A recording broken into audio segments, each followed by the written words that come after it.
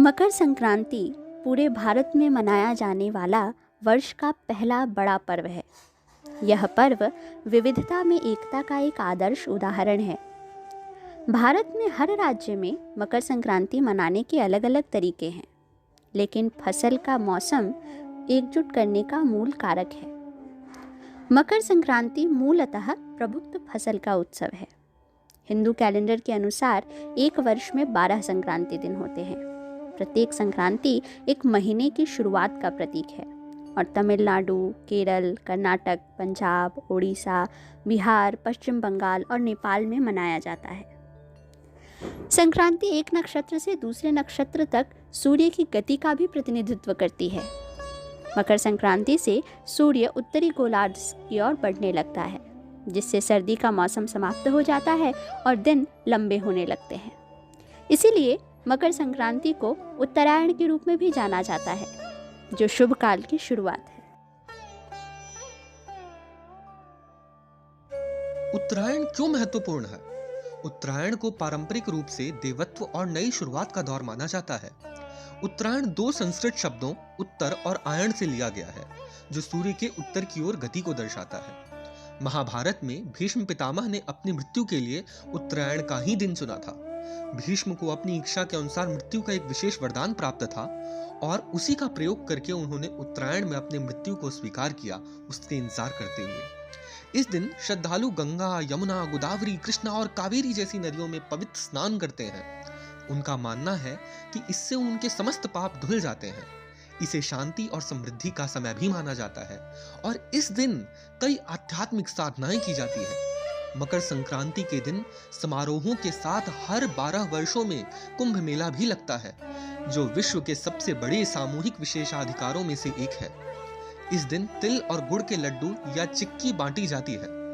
लोकप्रिय रूप से तिल गुड़ के रूप में जाना जाता है।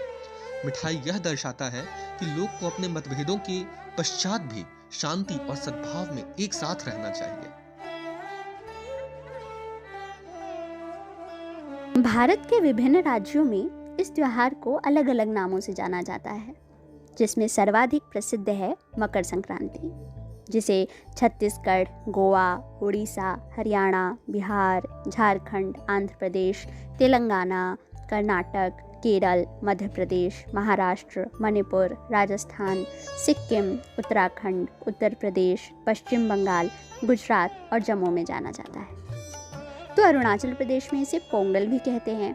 तमिलनाडु में ताई पोंगल या उज्वर तिरुनल। गुजरात और उत्तराखंड में इसे उत्तरायण के नाम से भी जाना जाता है। तो हरियाणा, पंजाब या हिमाचल प्रदेश में इसे माघी कहते हैं।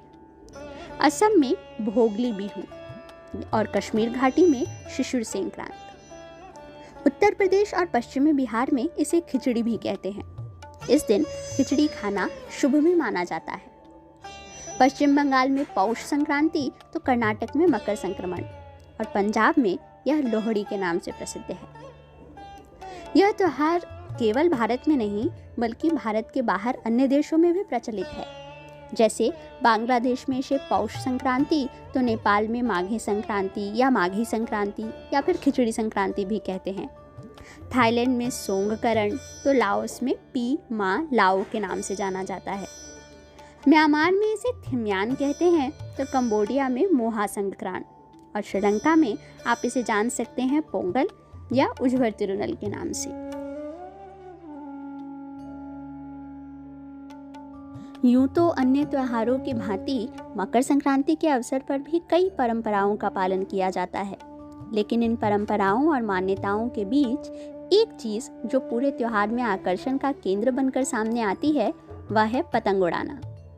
मकर संक्रांति के मौके पर न सिर्फ हम उम्र के लोग पूरे जोश और मस्ती से पतंग उड़ाते हैं, बल्कि कई जगहों पर तो पतंगोत्सव का भव्य आयोजन भी किया जाता है और कई तरह की प्रतियोगिताएं भी आयोजित की जाती हैं। लेकिन क्या आप जानते हैं कि वास्तव में इस मौके पर पतंग क्यों उड़ाई जाती है? चलिए जानते हैं। अब थोड़ी चर्चा पतंग के ऊपर भी कर लेते हैं, क्योंकि पतंग के बिना ये त्योहार थोड़ा अधूरा अधूरा सा लगता है। आखिर इसका महत्व क्या है? यूं तो अन्य त्योहारों की भांति ही मकर संक्रांति के अवसर पर भी कुछ परंपराओं का पालन किया जाता है, लेकिन इन परंपराओं और मान्यताओं के बीच एक चीज जो पूरे त्योहार में आकर्षण का केंद्र बनकर सामने आती है, वह है पतंगबाजी अथवा पतंग उड़ाना। मकर संक्रांति के मौके पर न सिर्फ हम उम्र के लोग पूरे जोश और मस्ती से पतंग उड़ाते हैं, बल्कि कई स्थानों पर तो पतंगोत्सव का भव्य आयोजन भी किया जाता है और कई तरह की प्रतियोगिताएं भी आयोजित की जाती है।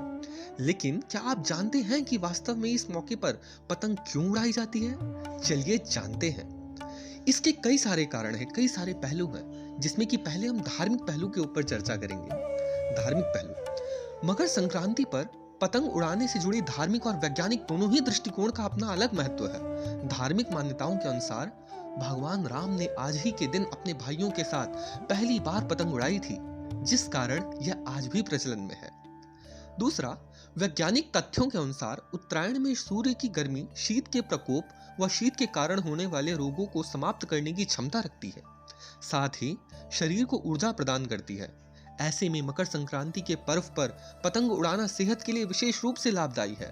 शायद यही कारण है कि मकर संक्रांति के दिन को पतंग उड़ाने का दिन भी कहा जाता है। एक और बात, पतंग को शुभता, आजादी व खुशी का प्रतीक भी माना जाता है। ऐसे में शुभता की शुरुआत का जश्न मनाने के लिए पतंग का सहारा लिया जाता है, ताकि घर में शुभता और खुशी का आगमन हो सके। साथ में पतंगबाजी करना न सिर्फ परिवार और दोस्तों के रिश्ते को मजबूत बनाता है, साथ ही जीवन को रंग से भरने की क्षमता भी रखता है और कार्य भी करता है। साथ ही यह संदेश भी देता है कि हमें अपने अस्तित्व को नहीं भूलना चाहिए। जीवन में अपने का साथ हो तो तभी आप ऊंचाई पर बने रह सकते हैं और टिके रह सकते हैं।